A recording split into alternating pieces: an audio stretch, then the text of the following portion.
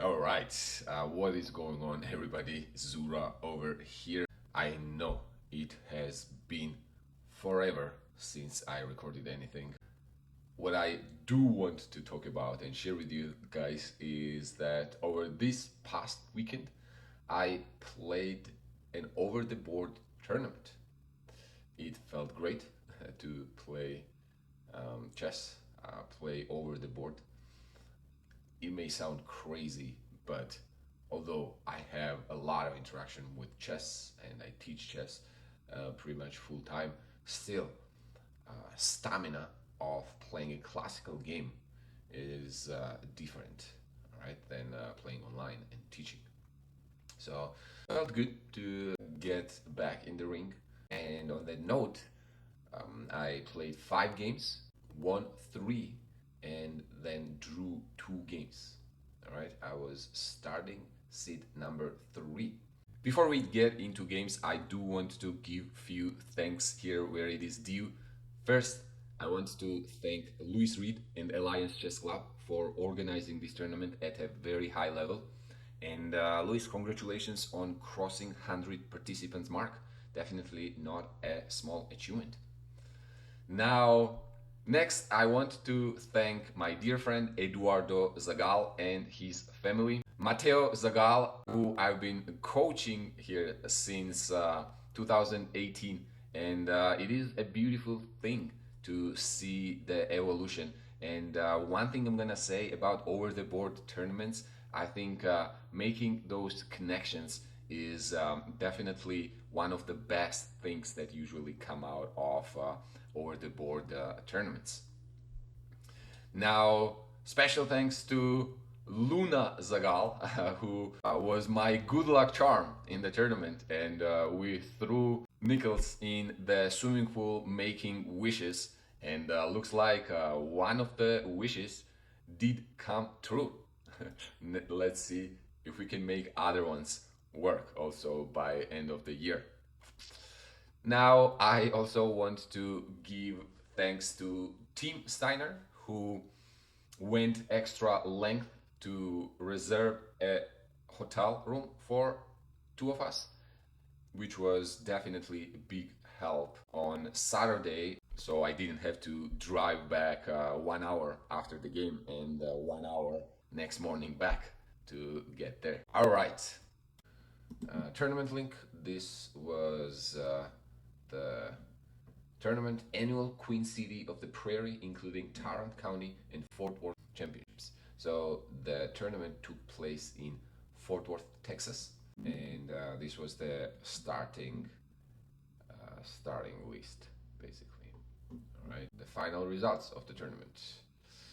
So with 4 points out of 5 games, I tied for the first place with 2 other guys, and this is how much money we got each. Now, Andras, actually, this guy showed impressive tenacity in the last round to hold the draw versus Craig Hilby.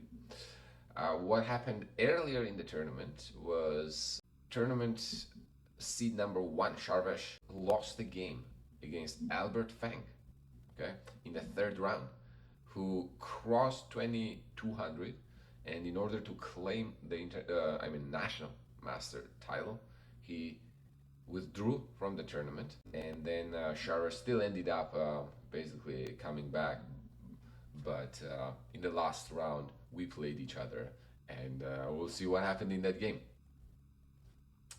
Man, competing when your headspace is there is fun.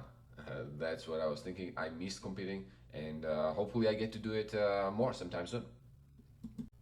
I think that would be a good place then to jump into the games. First round, I am playing Evan Bates, rated at 1803 USDF.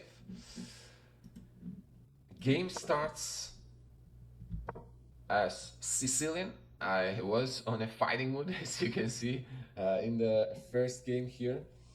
So decided to challenge my opponent with Sicilian.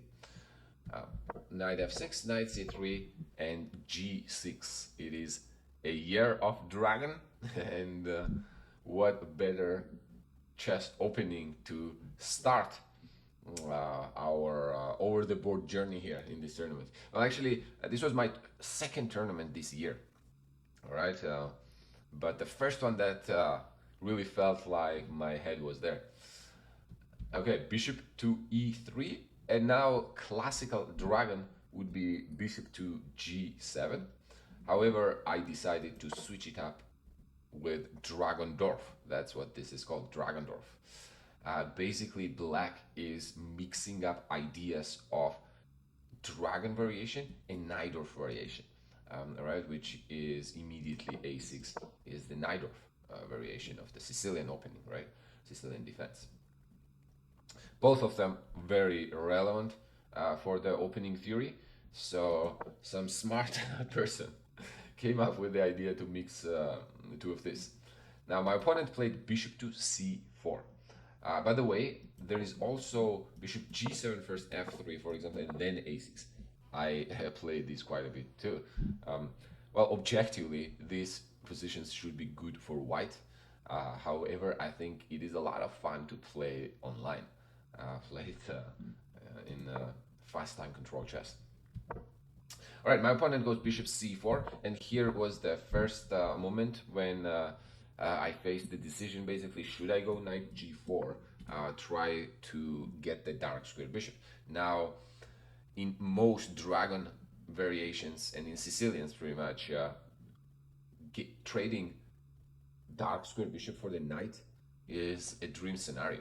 However, right now, my pieces are very much underdeveloped. So I'm not sure that white is going to give that bishop. Let's say if they go bishop g5, for example, now putting the pressure on this diagonal, I don't have enough time to play bishop g7 and then queen b6. For example, if bishop was already on g7, I could have tried queen b6, and then I would be exerting pressure on this b6 f2 diagonal and attacking the b2 pawn as well, right?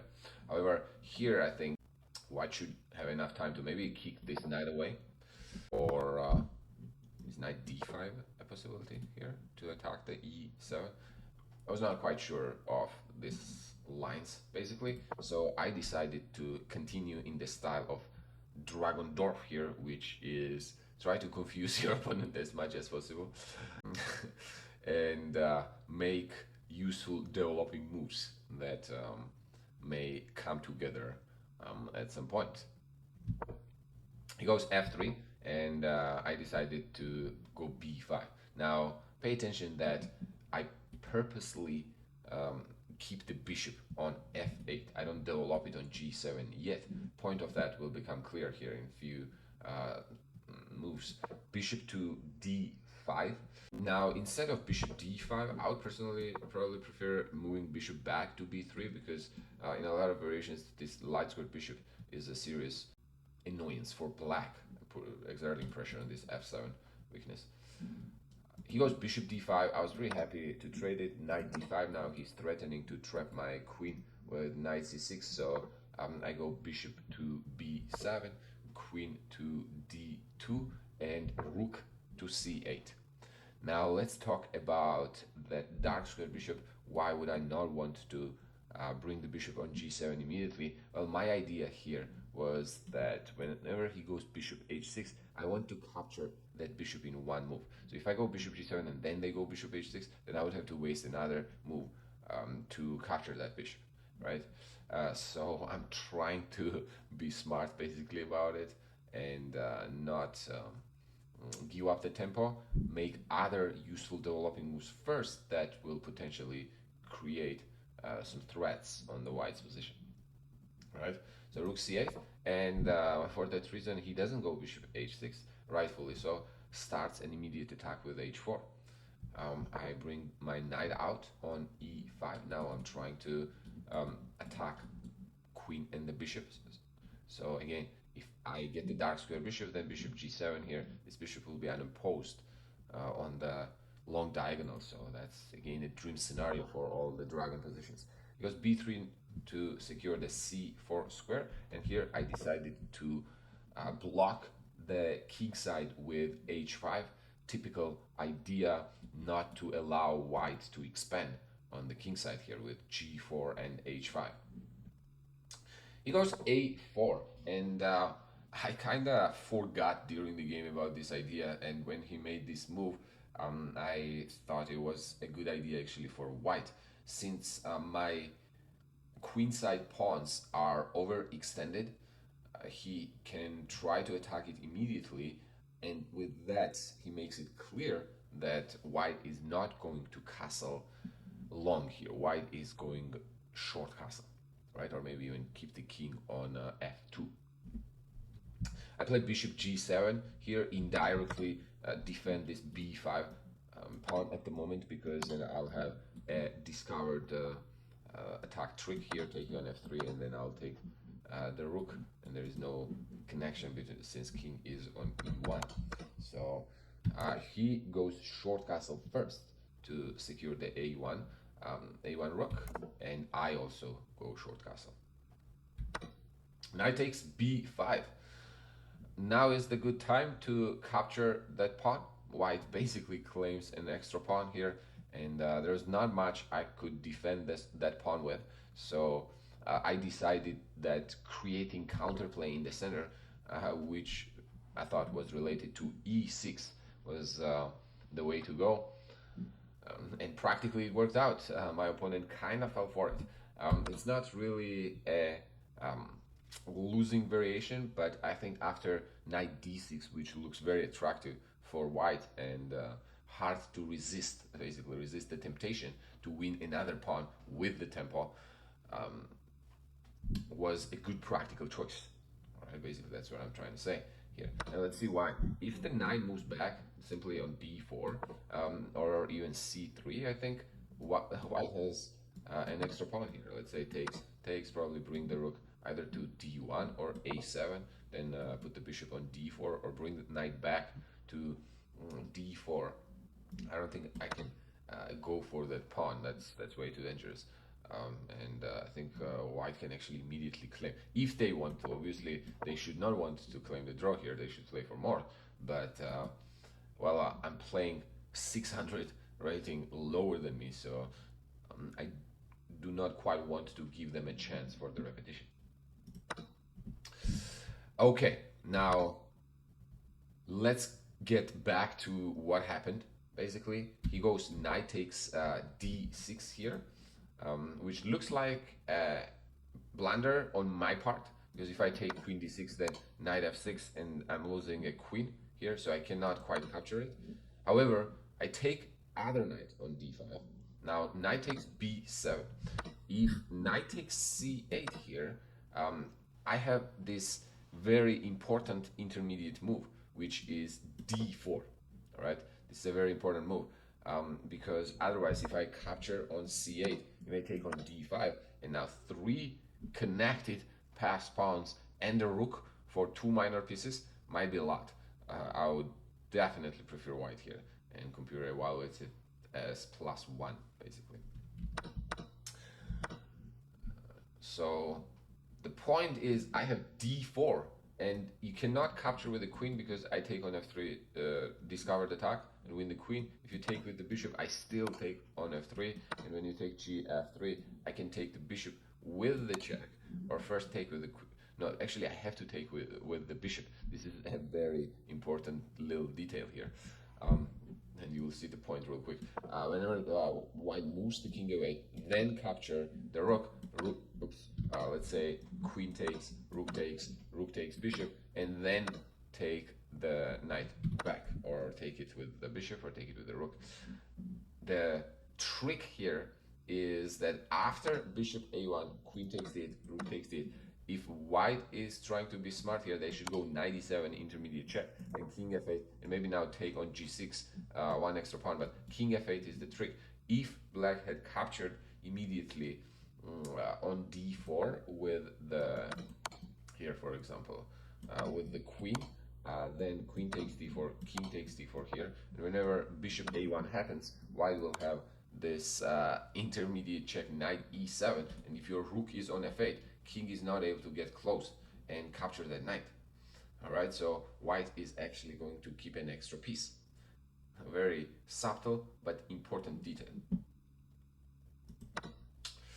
All right, my opponent saw d4, and instead of taking on c8, he captured on b7.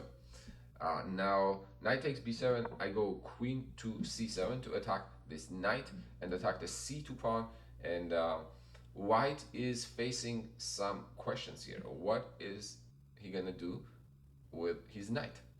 Now, in the game, my opponent took queen takes d5, and we'll see what happened after queen takes d5 here.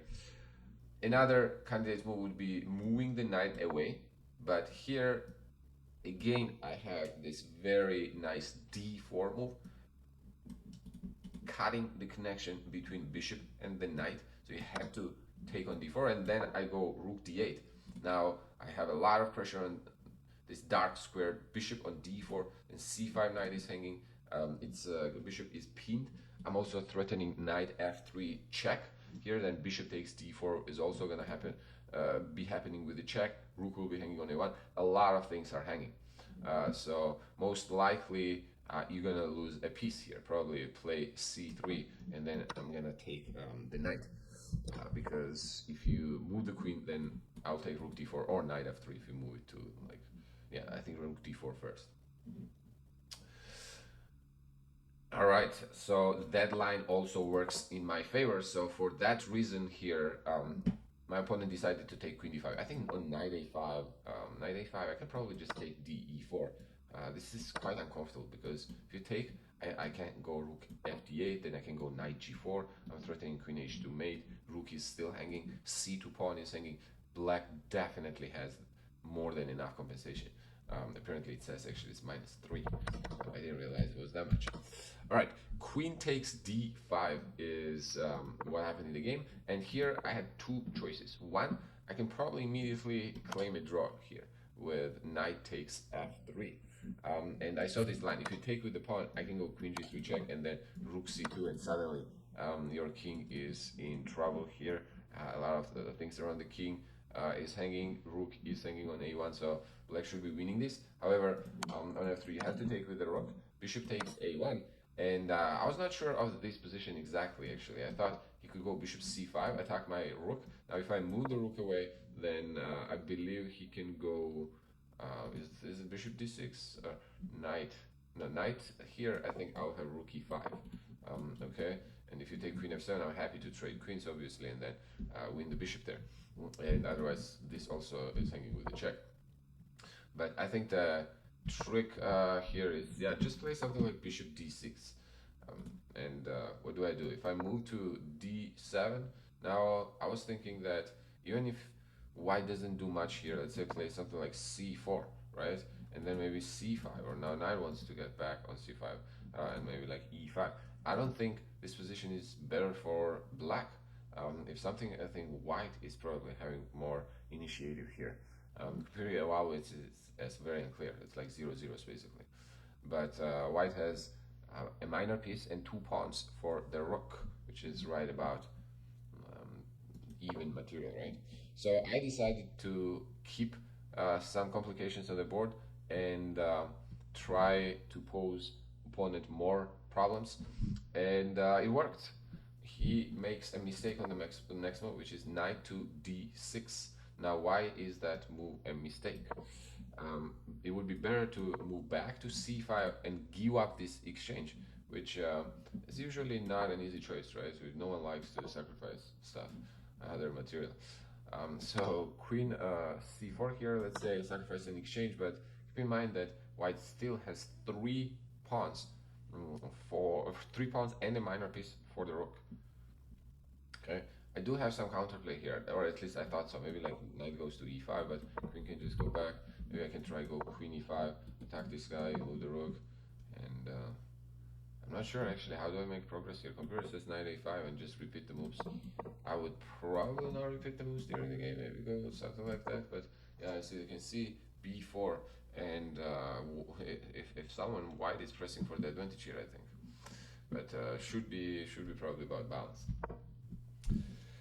Now, luckily for me, he goes knight to d6. Try to not lose any material, but this is gonna lose more material because of this little knight b4. I think he may have missed this move, knight b4, because his idea is basically I go rook d8 and then he's gonna go knight b5, or he can simply even, I think, wait, can he go something like that? I think rook a d1 also works. Here knight b5 is kind of lights out here because I would have to trade queens here. I think if I go queen b7, if I go queen b7, rook a7, ooh, that's mean, huh? And it's pinned, and he forces the queen trade basically. Anyways, okay, I didn't see it like that, but rook a to d1 was enough to say, well, no, thank you. So he goes queen to, after knight b4, basically he has to move the queen away somewhere where it will be defending the knight on d6. As you can see, white's best chance here apparently versus would be going rook a7 here, and then takes, rook takes, and white has 3 pawns for a minor piece for a knight basically. I think I would definitely still prefer black here versus 3. And he goes queen d2, which makes situations really worse because bishop to c3, queen goes to d1, the only square we can keep protecting knight, and now I go rook f to d8. For some reason, computer says this is a brilliancy for black, but okay, we hardly have candidate moves here, right? Our candidate moves are probably rook at c to d8 or rook f to d8. And if I go rook c to d8, I believe he has rook to a7. And this was the move I was not happy about, because the trick here is I can take, but he goes bishop c5. And you may try to be smart here, and oh, I can check you, and then after rook d4, if you're still trying to fork, I have knight c6. Okay, so this, while here basically desperados work out in black's favor, but after rook d6, I was not sure that knight is that much stronger versus 3 pawns here. Okay, I figured it cannot be worse, and probably if something's still choosing black here, but probably the margin should be very little. All right, and computer agrees it's 0.25 for black, which is not that much. Alright, so for that reason, I decide to bring the other rook on d8. And now the point is, if you take my rook, I'll take the queen. Rook takes the queen, then I'll take the knight. And yes, we now have a similar material imbalance, but now I have a queen versus 2 rooks. And queen with an extra minor piece works way better than 2 rooks. Alright, now why is that? Well, I think because of the flexibility, they can work really well together.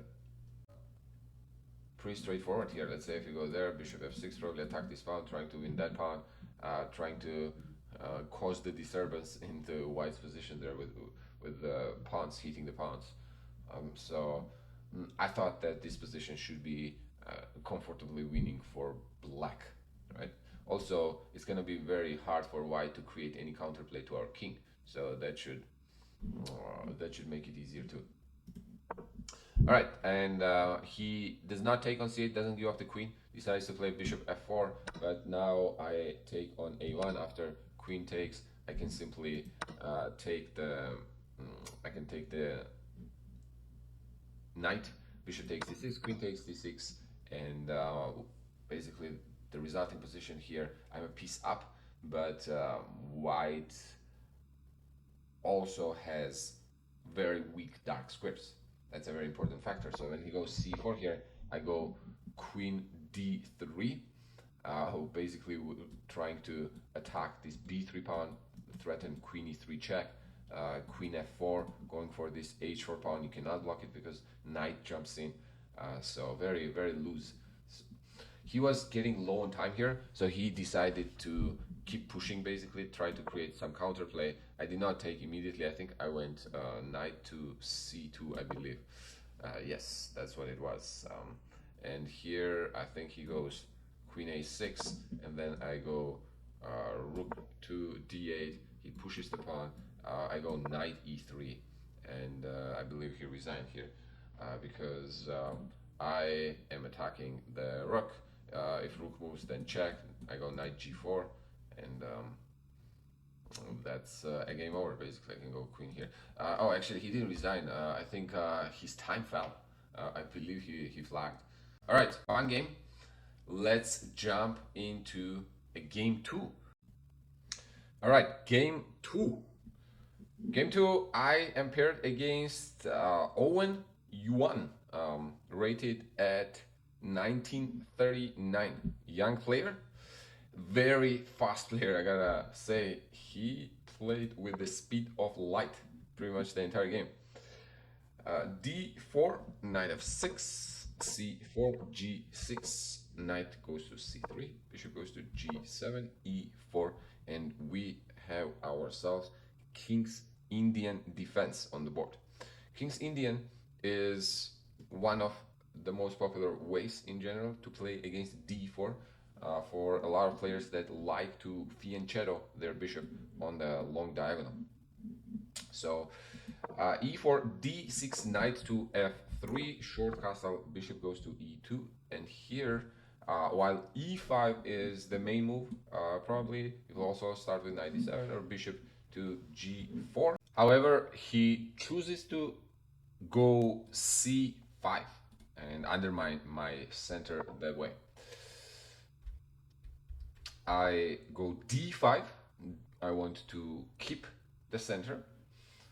He goes e6, now pointing towards the transposition to Benoni type of positions. Well, I am pretty happy here to go for the Benoni with castle, e takes d5, c takes d5. Rook goes to now. Rook goes to e8. Well, no, he actually played a6 first.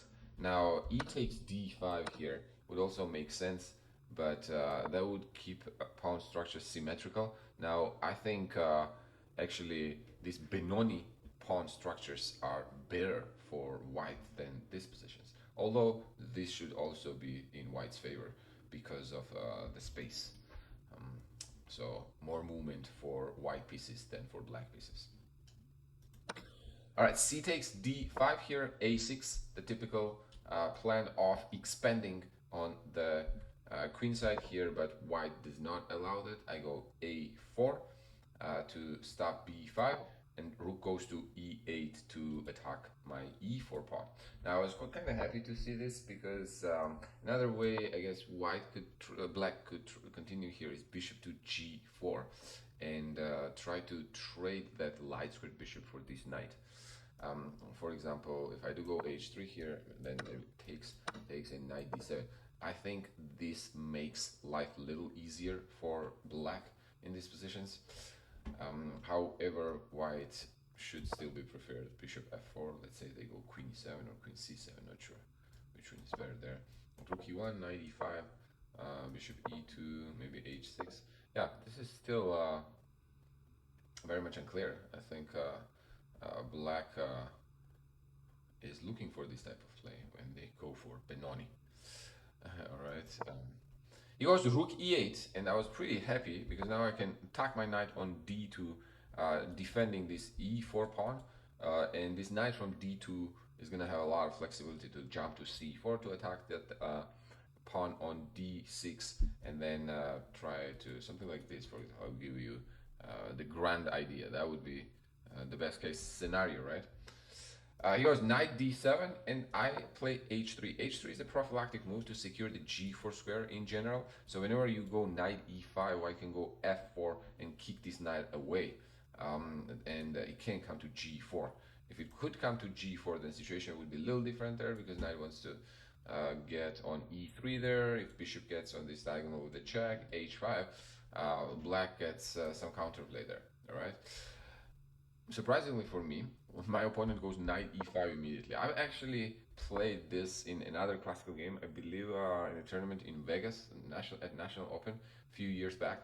And my opponent there continued with rook b8, and I believe I played rook a3. This rook a3 is a very convenient move for white. It kind of gets away from this diagonal, also controls the third rank. If you ever got to, well, b5 was secure anyways, actually, with the knight and the bishop there. But yeah, multi-purpose move. And you will see computers suggesting this move quite a bit. And if you look up the games in the database, quite a few people started using this idea of just parking the rook on a3, multi-purpose move.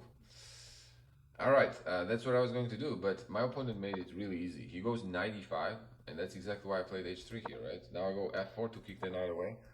Then this knight has to go back to d7. I go bishop to f3 to defend my e4 pawn. Then he moves the rook away to b8 to try push b5 since I moved this bishop away. But now I have the time to go knight to c4 to hit this pawn on d6. And I'm not sure actually how are they going to defend. If they go queen c7, I believe now, first of all, I can go a5, stopping b5. And if you insist on b5 and opening up the b5, then I'm going to go knight a5, trying to get on c6 with my knight here. So still a comfortable advantage here, I believe. Something like knight c6. If you takes a6 is lose. You can take because I have e5 also. Potentially I want to go knight d5. I don't think it's a winning advantage, but it's a pretty substantial advantage for white, I believe. So knight to c4, he decides to go knight b6, trade my knights. Now, typical idea also in these positions for white is to move the knight away. Now, basically the idea is I want to go a5 and then return back to c4. So when I have more space, the side that has more space wants to keep pieces on the board. Because if we think about it, side that has little space is going to have difficult time moving their pieces around. All right? So they do not have as much flexibility as space brings. So for that reason, white does not want to trade knights here on c4 and wants to move it away from a3, kick the knight away, and then bring it back to c4. All right, he plays queen c7 here. I bring in the rook now on e1 because I could see already that white has immediate threats of going e5, maybe like a5, d6. If you take on e5, then d6, cutting the connection between queen and the rook there, and then capture back on e5, and this knight is going to be in a very difficult situation. Also a5, kicking the knight away, so a lot of loose pieces into black's position, and he adds on it with bishop d7, now disconnecting the knight, so d7 square is not even available for the knight anymore. So now I figured for sure here e5 should be crushing, and I think this is a standard breakthrough in the Benoni positions, what all white players are dreaming of. All right, getting the bishop, the knights ready to push e5, and it works just perfect here. For example, if you capture back, then I go d6. You have to move the queen away. Then I take on e5. Now this knight will have a difficult time finding a spot. Well, knight h5 is the only spot pretty much. Then we can take on h5, take back. Not sure if we need to include a5 here, or should we take immediately queen h5. I believe we should take probably immediately queen h5 and then bring the bishop out. Look at that poor king, bishop f6. Look at these pawns. White is just winning here. So on e5, he decides to go immediately to knight h5. We can probably already feel that white's advantage here should be overwhelming, and I figured as much. However, I did not find the most precise continuation. After knight c8 here, I made a mistake, which looked like a very natural continuation of this attack, e6, because if he takes back, then I take, and I have the pressure on this diagonal. Oops, I have the pressure on this diagonal, and I thought that he can't really take on e6 because I could take on e6 and then go bishop d5, queen b3, and I was gonna exert a lot of pressure on this diagonal. However, he has actually bishop d4 check, and suddenly tables turn here. Now knight goes back to g7, and I sacrifice the pawn and an exchange, and I'm gonna get an exchange back, but that e6 knight, e6 rook will be safely protected. All right, so exchange is all I'm gonna get. So that means that I'm still gonna be down a pawn.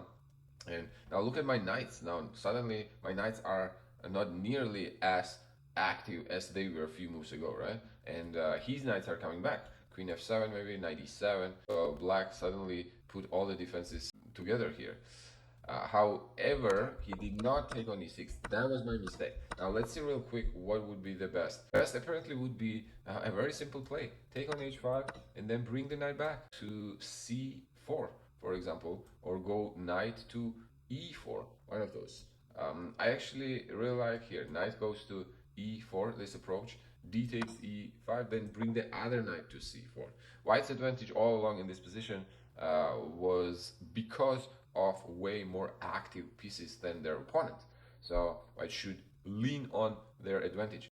In general, this is always a good idea. We gotta lean into our advantages. If piece activity is our advantage, then we need to make sure that our pieces are as active as they can be, so they can perform at their best. That's the case here. For example, if you take their queen f3, and now all white pieces are in the game.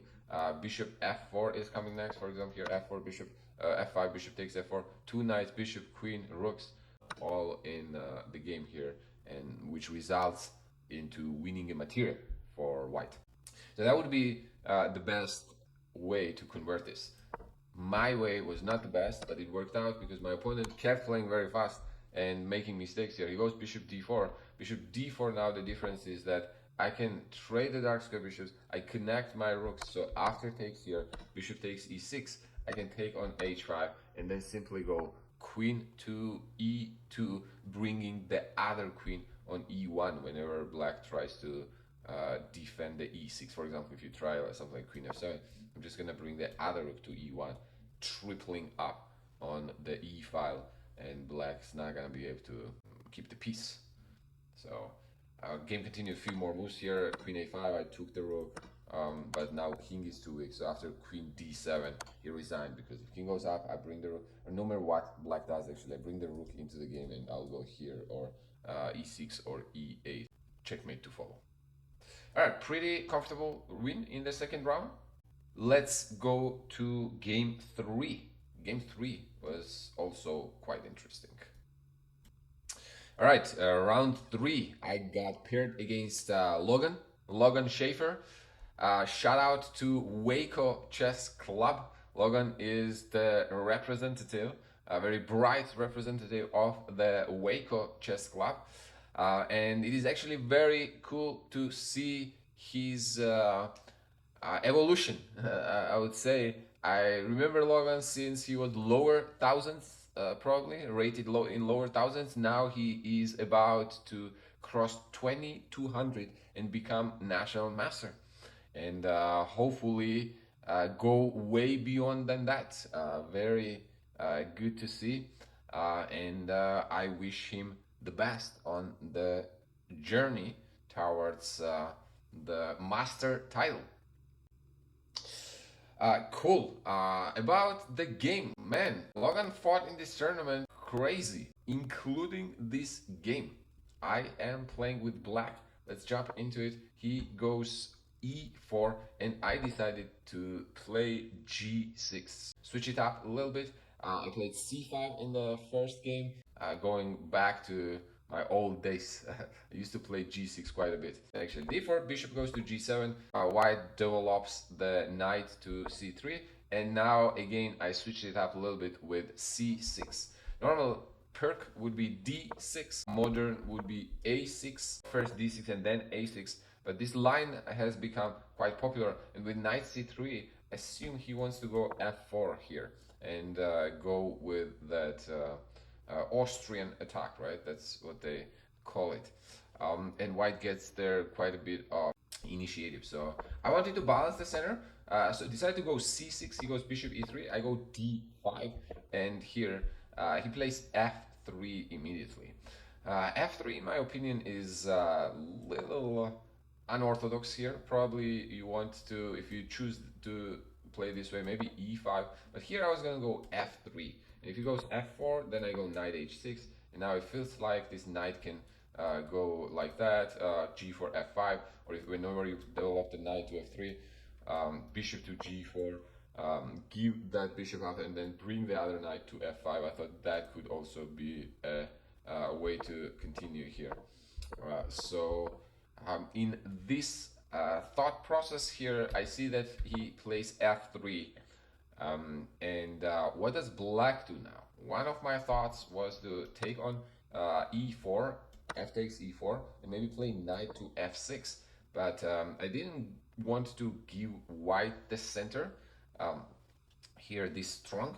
Let's say if they go h3. Now I feel like this should be better for white, no? Knight to f3. Okay, computer is saying you still have some counterplay here. You can go knight h5, try to expose the g3 square, then c5 to attack the center. So yeah, things not going to be super easy here for white either.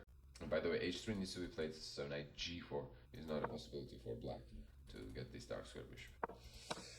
But I chose to continue with something else, which is queen b6. I actually thought this queen b6 was an interesting move. Immediately putting the pressure on this b2. Also, if you don't play queen d2, which looks like you should, I'm gonna try to go e5, all right, exposing this pin on this diagonal. So queen to b6. Now instead of queen b6, actually I want to see what if I take try e5. But yeah, I thought taking here, white will be okay with the isolated pawn. I'm not sure if I have time here to capture that because knight f3. Now white gets much big of a jump start with the development here. 3 minor pieces and a rook already in the game. I only have bishop in the game, so this seems a little scary to me. For example, like bishop c4, short castle here. So in the game, I choose to go queen b6. He goes queen to d2, which makes a lot of sense. And I say, give me that pawn. Take on b2, rook to b1, queen to a3. So I figured that this cannot be too clear. After he takes the d5 pawn, I go knight f6, and whenever white captures the c6 pawn, now it's important that I capture back with the b pawn. Obviously, I cannot capture back with the knight because he will be able to go either immediately knight b5, which I thought was not clear. But apparently, I can take here and attack the rook. And if you go there, then queen a5. Wow, that's pretty cool, actually. But I thought this may blunder some kind of attacking queen and this attacking the fork here. But apparently, I have queen a2 there. Well, what if he goes d5, knight e5, for example, like bishop d4? Apparently, this is not as clear as I thought. Queen b8, and somehow black keeps the balance here, and the computer says completely unclear because now white will also have to solve some issues here. What do you do with your d5 pawn? I'm gonna kick your knight next. If you play queen c3, we just take on d5.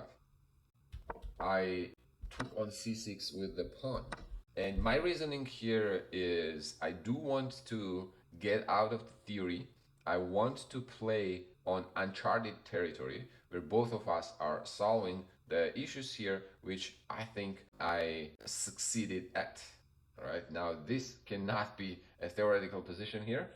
Plus, the board usually, by the amount of time that you both spend on the position, makes it clear whether you are still in the prep or not and how comfortable you feel in that position. So I figured that both of us are out of theory here, and as of the position, white now is not going to be able to castle on the queen side. Actually, none of us are going to be castle on the queen side, which I was pretty happy about. And we'll see if white has any realistic chances of attacking on the king side, while they will also have to castle on the king side. So b takes c4, he develops the bishop on c4. I bring the knight out. I do not want to go castle yet, so white does not get started here immediately with like, okay, probably they have to play knight d2 first, and I don't think white has objective chances here of developing an immediate attack with like g4, h4, h5, bishop h6 maybe, but I didn't want to give a chance basically there. So I played start with knight d7, he goes knight b6, knight e2. Now I go knight b6 to kick this bishop away, and then develop my bishop on active diagonal here, a6 f1 diagonal, putting some pressure on the knight on e2.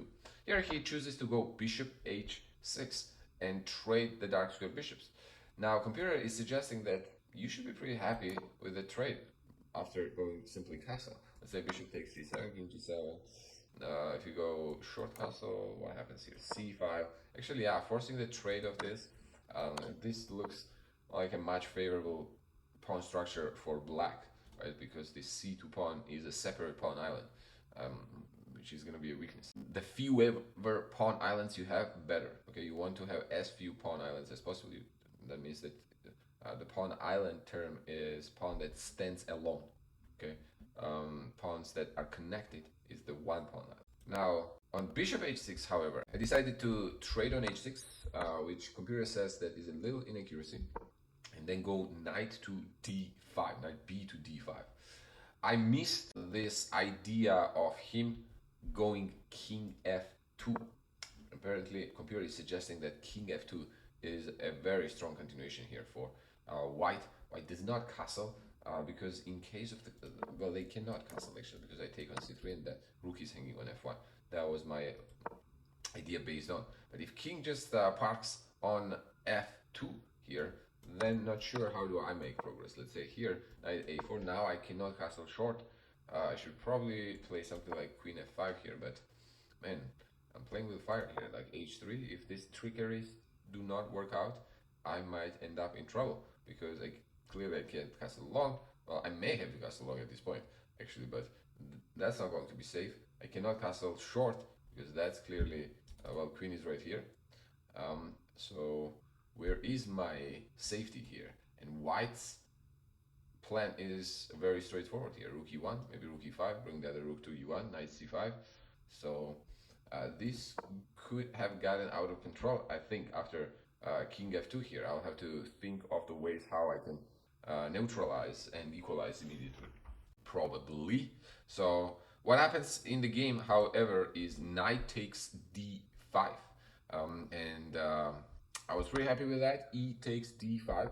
And he moved the queen back. And now I can run my king away. Short castle. That means that I'm out of danger here. My king is out of danger. And black's pawn structure for sure has got to be better here. Not to mention the fact that this bishop on b3 is basically in trouble.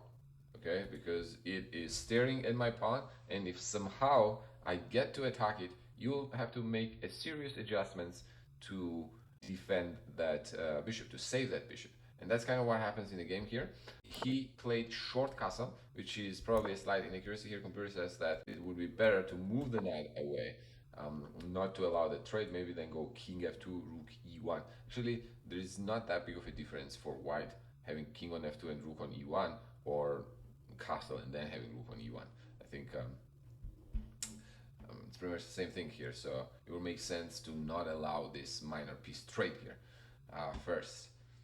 However, he goes short castle and allows me to immediately now take on e2 and then go a5, make this bishop very uncomfortable. I actually thought that I was winning basically here because now I'm going a4 and you have to give me a pawn. Let's say if you go c4, now you're gonna lose one of these pawns here. I'll go probably a4. Now you have to put your bishop in a very weird spot here, and then I'll probably take, go rook c8, queen e3. Oops. So I was getting very optimistic here, but he found a nice defensive resource which I kind of missed actually during the game. Queen to d3. The point is now when I go a4, he can go bishop c4, and I don't trap the bishop, and he doesn't have to push his c pawn. Okay, bishop c4, forcing him to if I take bishop takes d3, and this position actually, I'm not sure how big is black's advantage here. Pawn structure is still better for black, but white should have enough here to maintain the equality probably.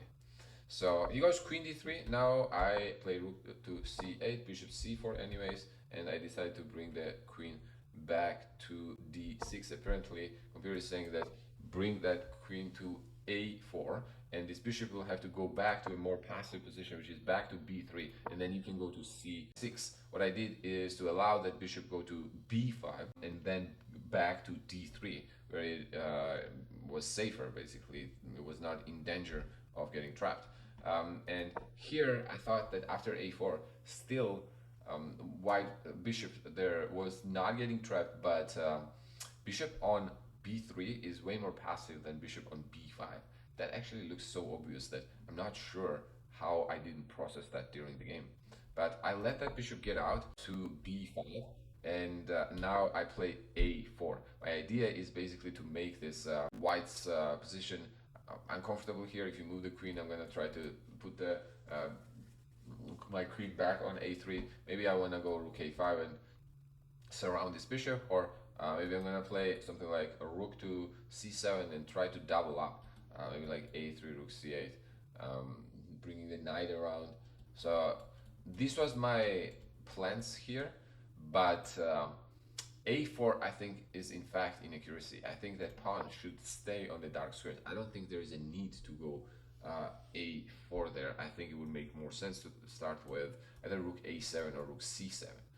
Something like that. I think I like rook a7 actually, bringing then here rook c3, putting the pressure on that c2 pawn. We'll probably move the queen away, but then that makes the bishop quite passive, right? When defending that c2 pawn on d from d3, and meanwhile we can activate our knight. So that would probably be better, but I go a4, he moves the queen away. Now I go queen back to a3 here, trying to make this pawn uncomfortable. He plays bishop d3. Point is that I cannot take immediately on a2, because if I do so, well, I actually can, but queen b4, I was not sure of this queen b4 move, basically, because if I go a3 now, he can take here. How do I get my queen out? That queen may get trapped. That's what my slight concern was here. The computer says that go rook b8, and this queen versus two rooks is much better for black.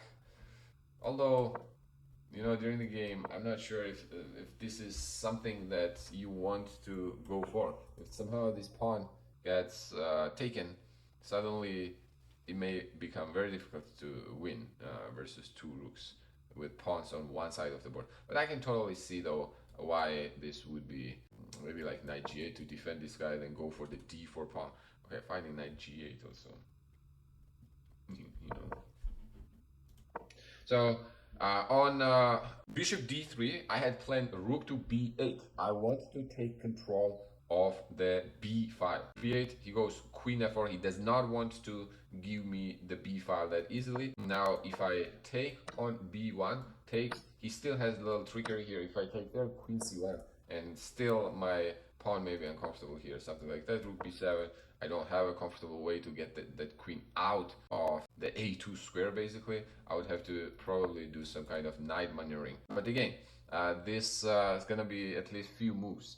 So he can also, yeah, just, well, he can't go rook a7 actually, but for, well, rook b3 either actually. I take queen b3. The white also doesn't have a way to get around my pawns, my pawn on a3 here.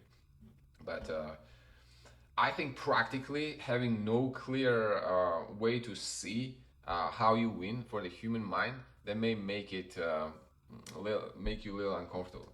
All right, so I didn't want to leave it to a chance, basically. So I go rook b2, not go for that pawn immediately. All right, first I want to trade one rooks without giving up the control of the b5, and that's kind of what happened here. Queen takes b2. He goes on e5 to attack my pawn on e7, and I bring the queen back to b4 to defend it. Now, computer is suggesting you should not have done that. You should probably bring the rook to defend your e7 pawn and then win that a2 pawn with the queen. But I don't know why I didn't do that actually. What was I thinking here? Maybe queen c7. But that drops the d4 pawn. No, yeah, I'm not sure what was I thinking here. Maybe I was thinking that after I take here, he can go bishop b5 to attack my rook. Let's say he plays a random move like g4, for example. Queen a2, and he goes bishop b5. I go rook c8, takes here. Actually, that makes sense. I can take rook c2, and now my counterplay is too strong, right? I could maybe even go king here. Can I? Well, no. You see, it takes a very small margin here to make a mistake. Knight moves bishop e8. Suddenly, I'm in trouble. So this is the type of stuff exactly I wanted to avoid. All right. So that's why I played queen b4. Rook there, and now I go rook e1 to attack the e7 pawn, and now I go e6. to defend my e7 pawn. You cannot take there right now because the rook is hanging on e1. He goes queen back to e3. I was a little skeptical of this move. I think that move was a mistake. I think white should keep the queen and try to expand here on the king side and create some counterplay on the king side with h4, g4, king f2, and so on. He goes queen back to e3. Now I can go back to b2. That is probably not the best way. Apparently computer is saying go rook c3 and then go rook a3 and take that a2 pawn with the rook and use your queen for the defense. Actually, I didn't think about that. That's a pretty neat idea. I go queen b2 back, and here we are both getting low on time. So Logan decides, all right, it is time to go for the counterplay with h4. I go a3. I should have probably taken the pawn or not. Maybe it's the same thing, right? If I go a3 first and then take the pawn. He pushes the pawn g4 here, desperate for counterplay. h5. Now I move the queen away. H takes d6. H takes d6. Bishop takes g6. Here comes white's counterplay, which almost works. All right, it almost works and almost worked in the game. We went down to the wire, both of us under seconds, and he flinched first, as we'll see, but it was very close. Okay, let's see what is happening after bishop g6 here. Apparently the best move is to go rook to c4, forcing the taking on d4 here. All right, white most likely will have to go back to d3. As fun as it may look, this does not do much because I go king g7, and when you go queen e7, king g6, and this knight does a very good job defending the king. Knight is king's best friend. The man's best friend is a dog, but king's best friend is a knight. Usually in the defensive situations. All right, now the point here is that d4 is going to be hanging with the check next, rook c2, and black basically is winning here. White doesn't have much of a counterplay here, and then you'll be forced to trade queens actually if you go there, rook c2, and queen f6, there, a2, there, and you lose, white loses. All right, rook c4 is pretty cool, but I'm already probably under a minute here, so I decided to go rook c6.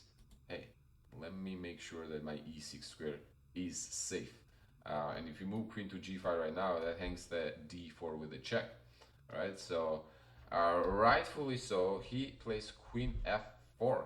That's actually a very good practical move here. Now, asking me questions here, what are you gonna do with your knight? If I take there, queen f6, and suddenly white gets here a lot of perpetual check threats, and in fact, this is a draw.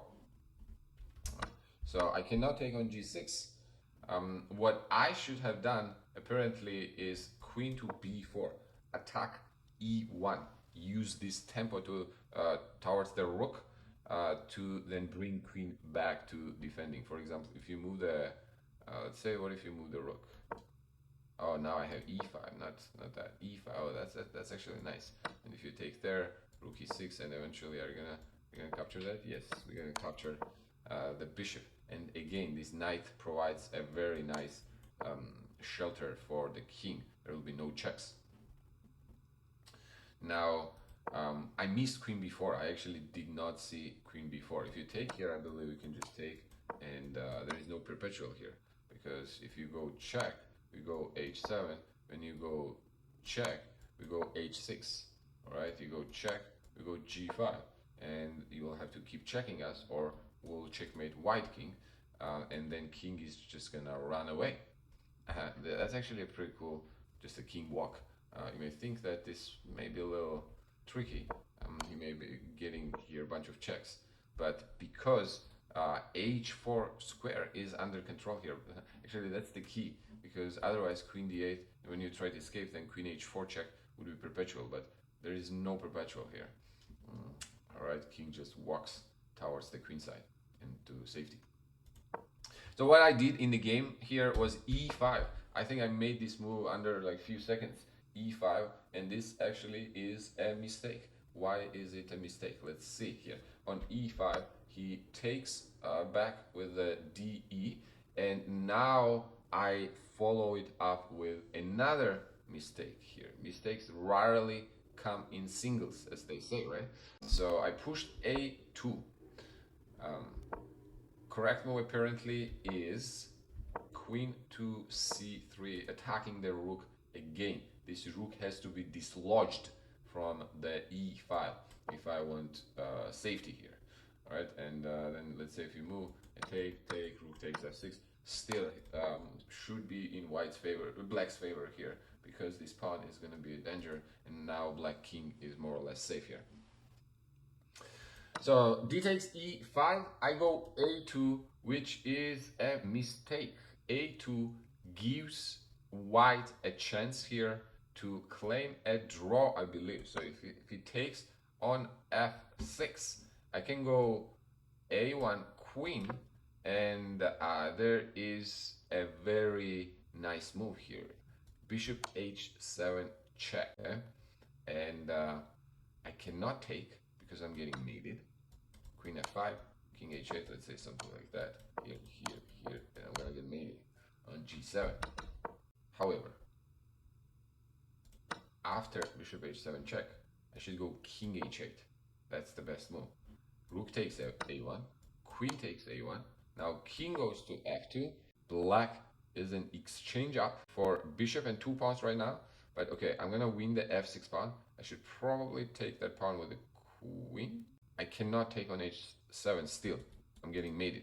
So I probably have to take with the queen. But apparently this is a draw. Takes, and just play bishop d3 or f5.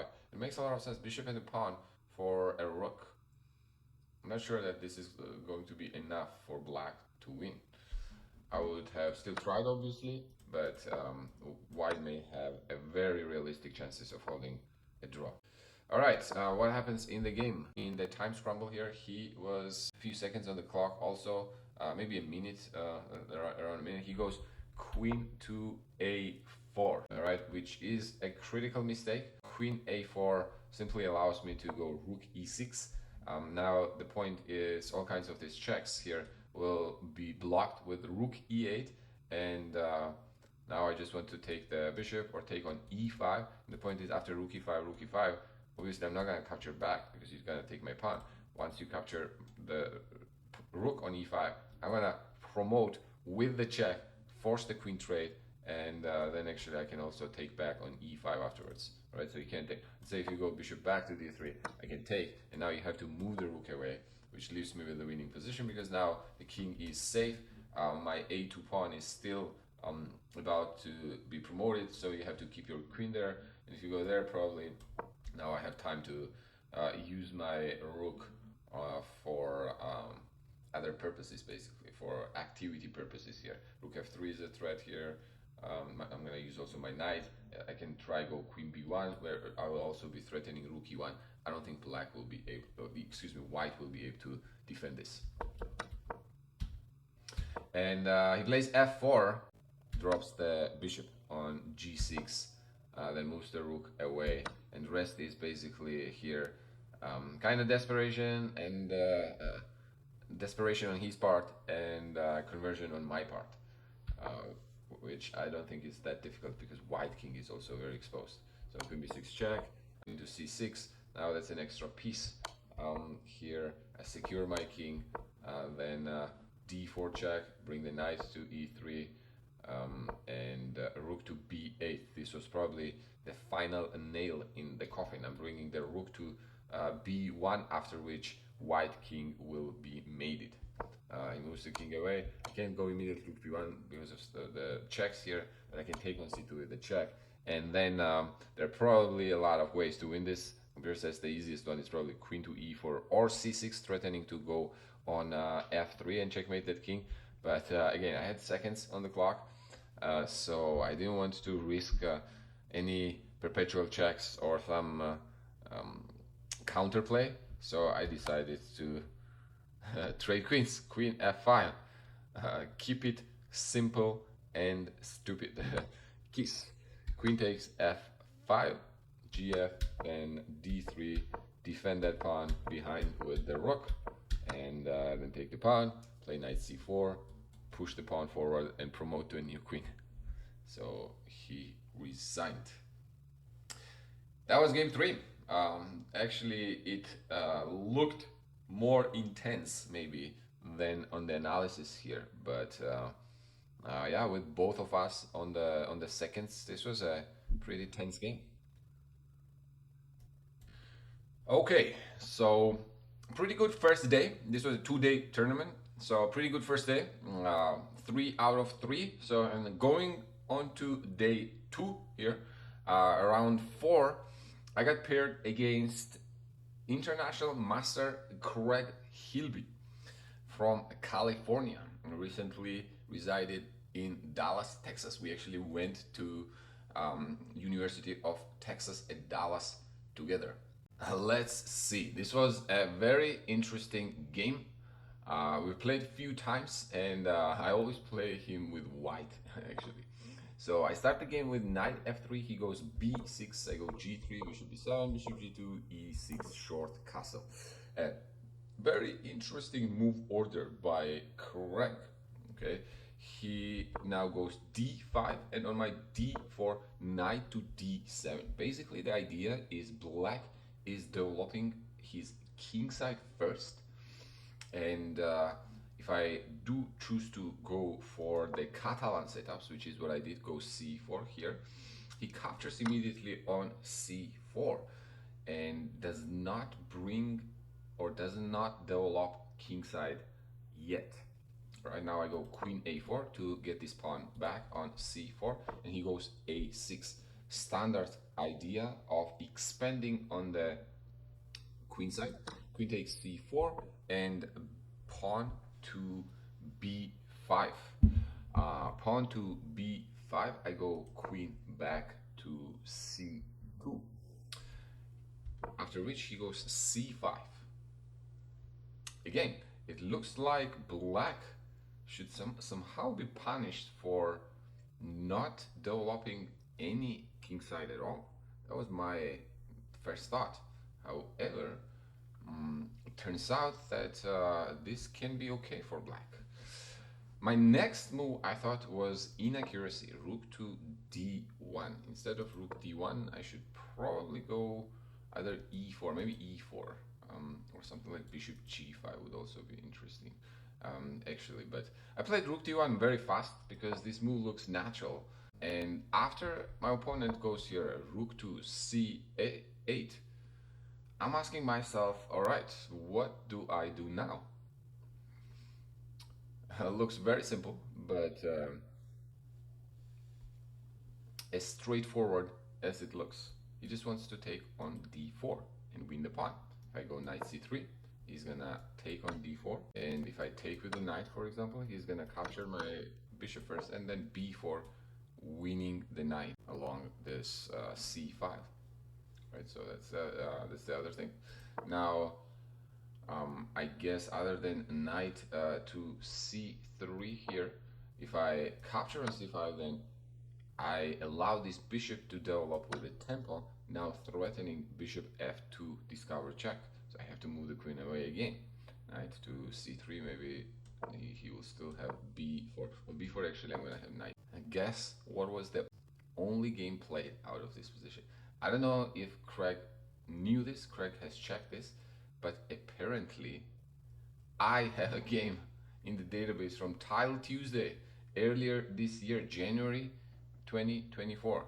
Apparently my opponent played b4 here, landed this knight e5, after which apparently I was winning here, takes, and after these complications here, somehow I end up having completely winning position because of that lack of development. Javahadze versus Agmanov. So instead of b4 here, black should play queen b6. But if you think in terms of objective evaluation of the position, black has not wasted any tempo, and I've moved queen 3 times already. And if black finishes the development here with knight gf6 short castle, then they will have all the reasons to be better in the position because b4 will be threat, f2 is loose. Basically, black has no bit piece. They have wasted no time in development, so why shouldn't they be better? That was my thinking process here. And this took me probably about 10-15 minutes, and he was playing pretty fast. Keep in mind, we were playing 1 hour game. Being 15-20 minutes down on the clock feels very uncomfortable already, out of 10 moves with white colors, right? So I decided to look for ways to abort the mission here, okay? So I go queen d3. I don't want to have any of it. Apparently, the strong move here for white that would keep game on unclear waters is d4, d5, and then a4. Or first go immediately e4, force the d4, and then go a4. For example, or a4, queen b6 takes, open up the b5, and then go e4. This is actually standard in Queen's Indian type of position. So I don't know why I didn't think about it, but I guess I didn't see much after d4 here. After d4, I thought that my counterplay was gone, but computer finds this move bishop h3. If you go knight f6 now, there will be, I believe, e5. Now we want to take on d7, something like that. Bishop d6 takes on d7, then going for b4. And a very unclear position here that we got. Apparently, first line of the computer goes here. Jack takes on f3. Then basically, black keeps here a pawn or two, but king also stays in the center. Computer says that this is as unclear as it gets. 0.16 for white. So still a lot of play here. But yeah, I did not see e4. I actually saw some form of e4 here after after d5, but I guess bishop h3 was out of my vision really. I stopped calculating after d4 here. So that would be the only way here to create counterplay with white, and actually that would probably lead to a completely unclear game. But I decided to play queen d3, as I said. I was getting way behind on time here, so I had to make a move. Queen d3, he goes knight f6, and now I decided to take on c5. The reason for that is if I try to do a developing move like knight c3, he's gonna go c4. Now I have to move the queen back, then b4, and I am getting run over here. If I move the knight, then bishop e4, and move queen, then either immediately d3 or queen a5 attacking this guy. I have to defend, and then c3, and I'm lost after like 15 moves here. This pawn protected passer on c3. No, no, thank you. So I had to take on c5 here. Bishop takes c5, and apparently computer says that bishop e3. Well, this is not white's advantage here. I've given it apparently, but bishop e3 would keep the equality. All right. If you play something like queen b6, takes there, then bring the queen on e3. And I actually did see this, but my thinking was, all right, how many more times do I gotta move the queen? I moved queen a4, then queen c4, queen c2, queen d3, queen e3, queen d4. That is how many 6 moves with the queen already, and it's been like 15 moves. So that's a lot of queen moves. So I didn't want to run the queen around. I was looking for ways to simplify the position here, and I found this move knight e5, which turned out to be a good practical try, but objectively it was not the best. Okay, black could have claimed a considerable advantage after this here, with a knight takes e5. Okay, he should have basically accepted this. Now, my idea here is to trade some pieces, then take the bishop. I'm hoping I can keep the bishop pair. But what happens afterwards is, and I figured as much, that my king here in queenside is completely undeveloped. So black should have some initiative here. But I was hoping that immediately going for this f2 pawn was not a possibility, because I could take the a6, then b5, creating the counterplay basically to these queenside pawns, with queenside pawns, right? If I take that and my pawns get moving, it's gonna be quite dangerous. So I was thinking this should be good for me, but apparently he has this very nice move, king to c7, attacking the bishop, and the point is I cannot take the a6 pawn because king b6 traps the bishop. We both missed this, I believe. After the game, we checked it with the engine, and yeah, turned out that we had both missed this king c7, king b6 idea. Apparently, I have to move the bishop back to f3, and then knight takes f3, e takes f3, and probably now black is much better here because of my undeveloped pieces. Rook d8 or knight d5. Black should has the initiative here. So that would be one. Now another one is also a nice line here is that if I go after king to c7, right? If I go bishop f4, he can take here. And when I take there, either rook d8 immediately or bishop f2 also works, I believe. And then this fork and winning the bishop back. So that would be the best, but he goes for the glory here with bishop f2, which somewhat works, but not completely. Let's see, king takes f2, then takes on g2, and he thought that I missed this idea, which I actually did, but I got lucky that I have a tactic back, basically, which is taking on f7. So the point is, after king f2, bishop g2 here, if I take on d7, this was my original thought, right? And if you take back, I'll take the bishop. If you move the bishop away, I take your knight. But his trick here is that he can go bishop to e4, attack my queen, and now I cannot take on f6. Well, I can take on f6, but he takes back with the check, and I'm gonna lose the queen. So I take back with the check, but he takes back with the check too, and I lose the queen. So after bishop e4, basically I have to move the queen away, and then he just takes on d7, and I'm down pawn in the endgame, and most likely we'll have to trade, and it's gonna lead to this position. Down a pawn for me, and undeveloped pieces. So what happened here after bishop g2? Luckily for me, since he sacrificed the piece, I can sacrifice that piece back for this f7 pawn. You have to capture back because the d8 is hanging, and then I also have knight d6 checked, right? So you have to take it, and then I take the bishop. So now we are back to equality with the material. All right, so he goes knight c5. This is an inaccuracy, and I was pretty happy to see that move actually on the board.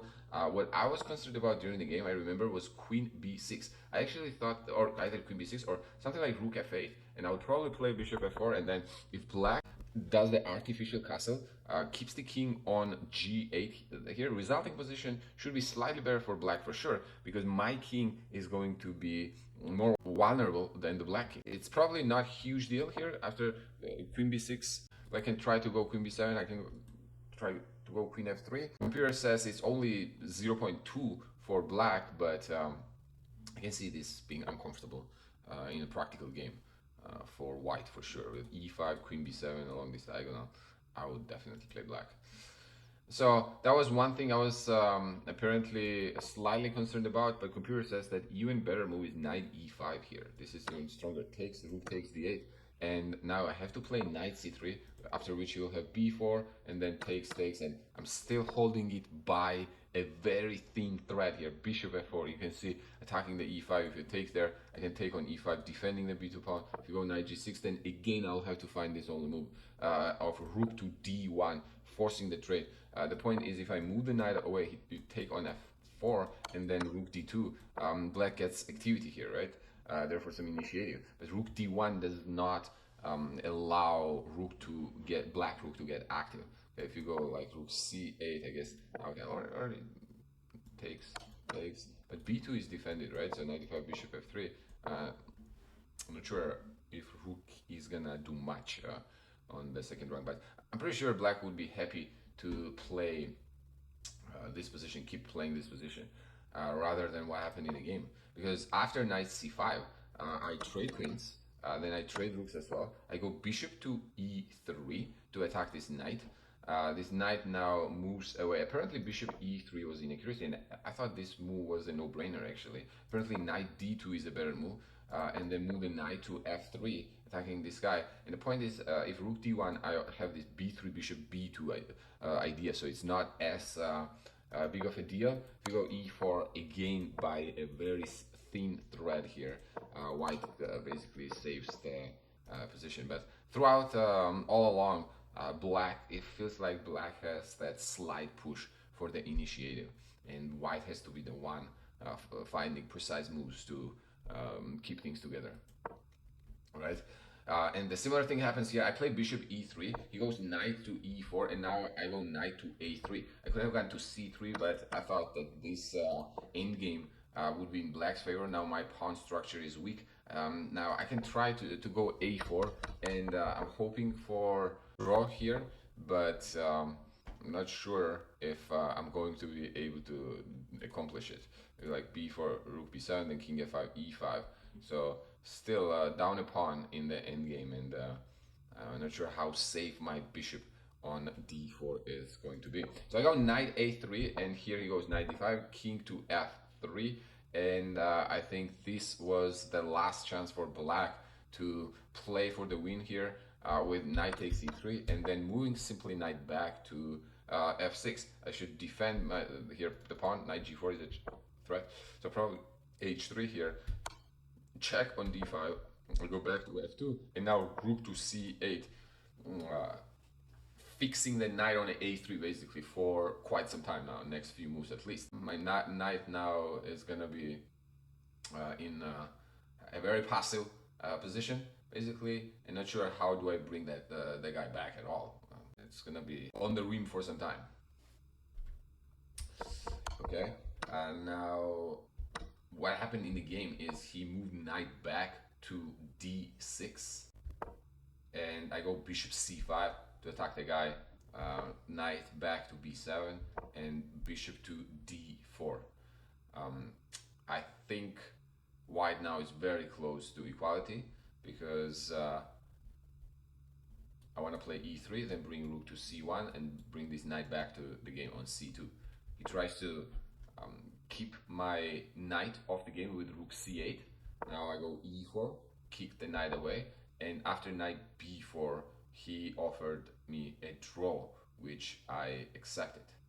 Now, to give a context here, we're both 3 out of 3, the only leaders of the tournament.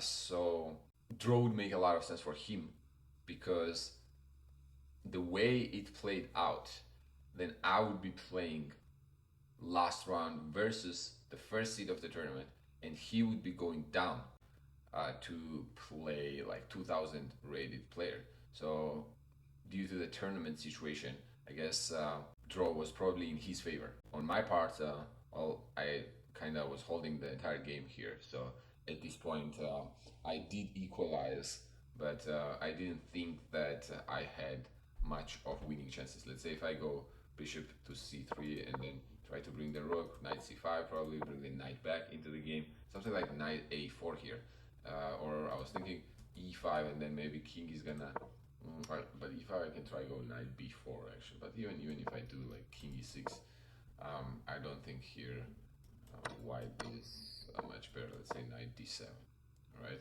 And I had 5 minutes on the clock, or 6, he had 15 minutes, so I thought draw was the fair result. Very interesting game. I almost got myself in trouble, but was able to save it to a draw. And leading into the last round, I have 3.5 out of 4 games. Let's see what happened in the last game. All right, last game versus my man Sharp.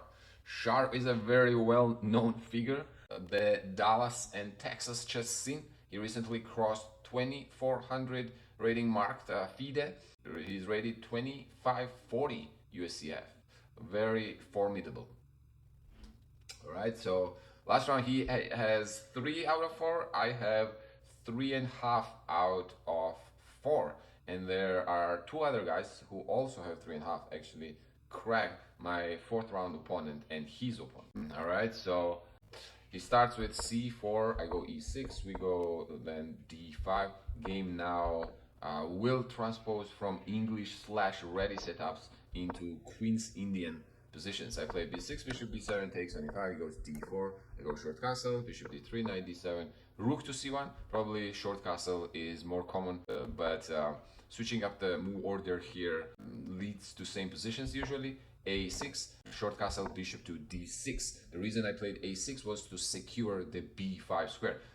Black definitely does not want to trade off the dark square bishop for that knight. So bishop to d6 here, queen goes to c2. Another line here could be knight to e2, bringing this knight to g3 immediately, which was also the case in the game, I believe.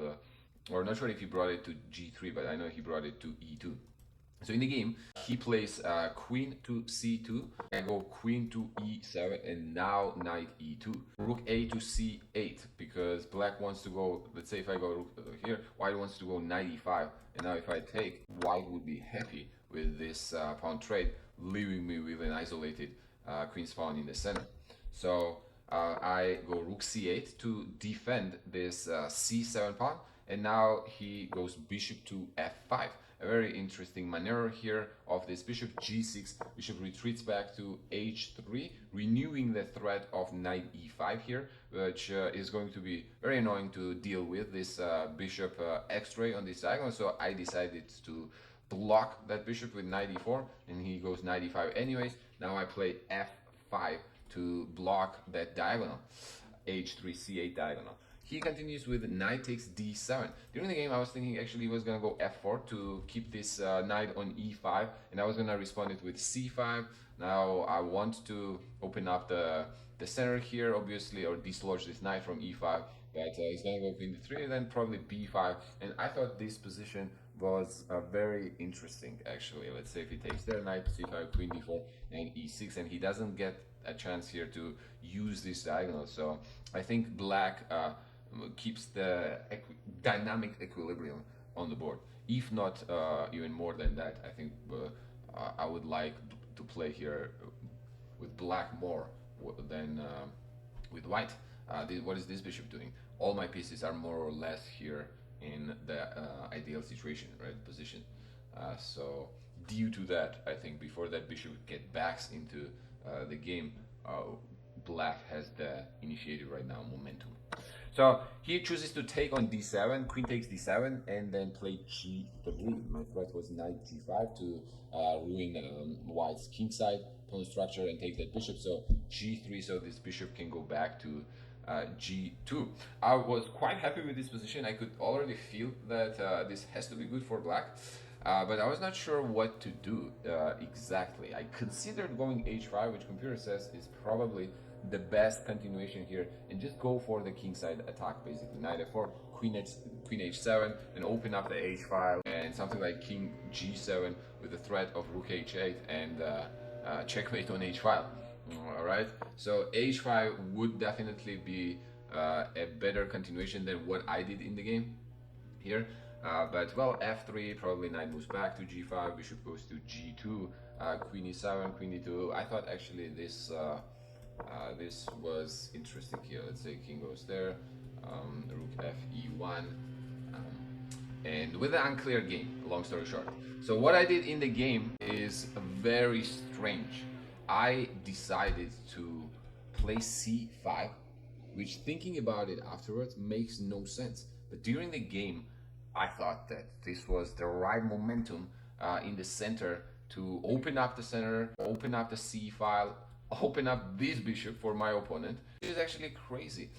So his bishop is hitting its own pawn on d4. That's the side effect of keeping the bishop inside the pawn chain here, right?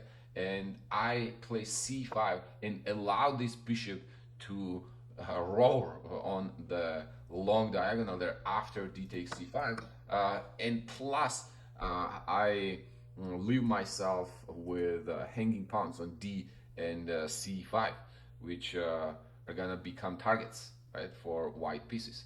So that is a big strategical misunderstanding from basically 0.5 now to 0.1 for white. So it's about 1.5 swing here in white's favor. Okay, that's pretty big. So c5 is a big strategical misunderstanding. I don't think black wants to play c5 in any of these positions, actually, especially when the long diagonal and the king is exposed like that. So that almost got myself in trouble. He takes b takes c5, bishop g2. Now I play queen e7 with the idea of trying to neutralize that bishop on the long diagonal, and that's what I did. And luckily for myself, he did not take here on e5. Kind of actually thinking that if he goes knight f4 here, I'm not exactly sure now that my position is that comfortable. He wants to go knight d3, then f3, dislodge this knight from e4, and then attack the c5 pawn, right? I should probably play something like rook f7.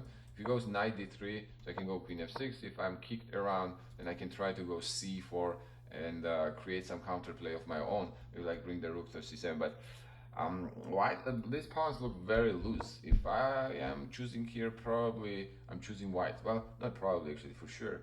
Choosing white. White is here little little than 0.5, 0.6 probably. So comfortably better. Okay, better position and pressure along these hanging pawns. So I was pretty happy to see this move on the board, bishop to a3. Okay, now I go back to d6 to defend that c5 pawn, and he goes knight to c3. I figured that this was probably a step towards the wrong direction for him, unless he sees something very concrete. I go queen e6 and missed. This was a missed opportunity for me. I missed my chance here to push d4 immediately, which is a very standard breakthrough in isolated queen's pawn positions and hanging pawns positions. Okay, two of those pawn structure actually work kind of hand in hand. Um, almost, I like to say they are siblings. Okay, they're from the same family, siblings or cousins. Okay, because a lot of similar concepts. For example, the side that is playing with isolated pawn or with hanging pawns want to push those pawns forward, and a lot of times that gives a lot of activity to their pieces, and you can see that is very much true right now. The side that is playing against isolated pawn wants to block that pawn, okay, or pawns, and he had them blockaded, but now they get in motion. So now the point is you cannot capture, obviously, because CD and then a lot. Oops. I missed those. And a lot of things are hanging here. If you take on d6, queen takes d6, and this is a knight takes d4, f takes d4. You probably move the queen, and now d3, and black gets two. Well, one passed pawn there, but two connected pawns in the center, which should give us the initiative. So d4 would be actually nice immediately. I don't know how I didn't think of that. Oh, the reason actually I think I refused that was okay. I was thinking this line queen c4 check. I was gonna go rook f7, then look see this position. So I was not sure. Here apparently he has bishop h3. This is a mistake because then I'll have to go rook e8 and move away, and I sacrifice the pawn. But apparently I gotta go king to g7 here. Point being that if you take on d5, now I have this powerful move e3. I stopped calculating there a little too early. I did not look into e3. I think if I had spent a little more time on this position, I would probably have seen e3 move. Okay, it's a very nice move actually. If you take here, takes on f2, and king g2 takes there, d5, and apparently this position is still about even. Here, rook f1, queen f7, queen d3, c4, man. What a line that is, huh? Queen a3, rook c4. Look at the line. Takes there, and queen takes d5. If you take there, here, queen b3, queen b3, ab, rook f2, king g2, rook b3, rook takes there, or rook a1 first, actually, and then you have to defend and then takes it. I think this is a theoretical draw, but black will try to play for the win here still for sure. So d4, man, that breakthrough would be strong immediately, but I could already tell that he was going towards this knight a4 direction because he was playing very fast. So I was ready to go d4 next move, and that's what happened in the game. So I go d4 here, and now point is clearly you can't capture because I capture and I have discovered attack on the queen and the bishop, so you have to go knight to b6. Well, no, actually he doesn't have to go knight b6. He can go bishop b2 also, but knight b6. Oh wow, It says inaccuracy. Why is that inaccuracy? Let's see. Knight goes to b6. Now, what is the point of knight b6? Attacking my rook and wants to go queen c4, trade queens, then knight take back with knight c4, trade these pawns in the center, and leave me with the weak pawn on c5. Right? That was the idea here. If I go rook d8, he's gonna go queen c4, and actually this is a big advantage for white now. If I take back here, and these pieces are going to be uncomfortable, and all white pieces are basically looking at praise right now. Okay, what can we capture? So I did not like prospects of this position. Probably there is another consideration here. I can either go king f7 or maybe queen f7. This should be slightly better. But again, I did not like this position. My idea here was that on knight b6, I want to take on e3. Point being that if you take on c8, I take on f2 with the check, and then after king f1, I take on c8 with the queen. Point of taking on c8 with the queen is that if I take it with the bishop or the rook, then he can go queen to c4, forcing queen trade.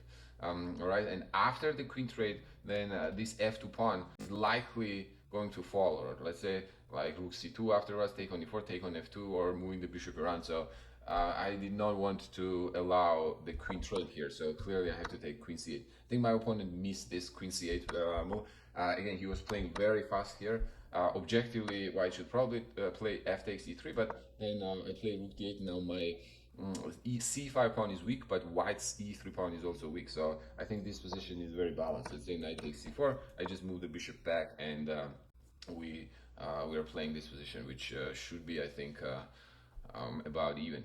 And computer agrees, so it's 0.2 apparently for white. But sharp takes on c8 very fast here. I take on f2 and then take on c8 with the queen. Okay, that's the point. Also, the trick of this is you can't take on e4 because I take fe and then queen h3 comes with the check, and with the crushing there, f2, queen g2, and that's gonna lead to a trouble there. Another threat is to go a5. If you play someone queen c4 check, rook f7, and then I want to go a5, bishop a6, and you would have to give me some material in order to block that check from a6.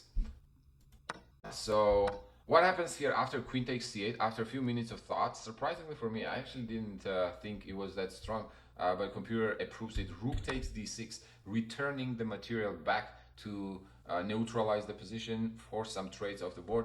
Knight takes d6, king takes f2. He is way up on time. He was playing very fast, maybe like 45 minutes, 40 minutes, while I have probably about like 25 minutes, maybe less than 20 minutes probably. I thought that I'm playing for the win here, for sure. Okay, if I take on g2, maybe play like queen b7 check, king moves, and knight d4, I thought this position should be better for black, but computer disagrees. Computer says that this probably should be about even, because yes, white king is weak, but black king is also weak, right? So queen c4 check here will require us to block it with probably a rook, so that rook cannot be considered that active. So apparently rook c8, b4, and position is zeros, just zero zeros basically. So after king f2, I decided to push f4, and I made this move somewhat based on the intuition here. I figured that, okay, if I open up the f file there, taking on g3, knight f5 check, that's gonna be very dangerous. But surprisingly for me, he goes queen c5, and somehow after I take on g3, king takes g3, and this king this king hides on g3. I don't have anything concrete here to make use of king being on g3 while queen, rook, knight, and bishop, basically 4 pieces on the board aiming at it, but can't do much because the point is, after knight f5 check, when king goes to f2, I do not have a good knight discovery check.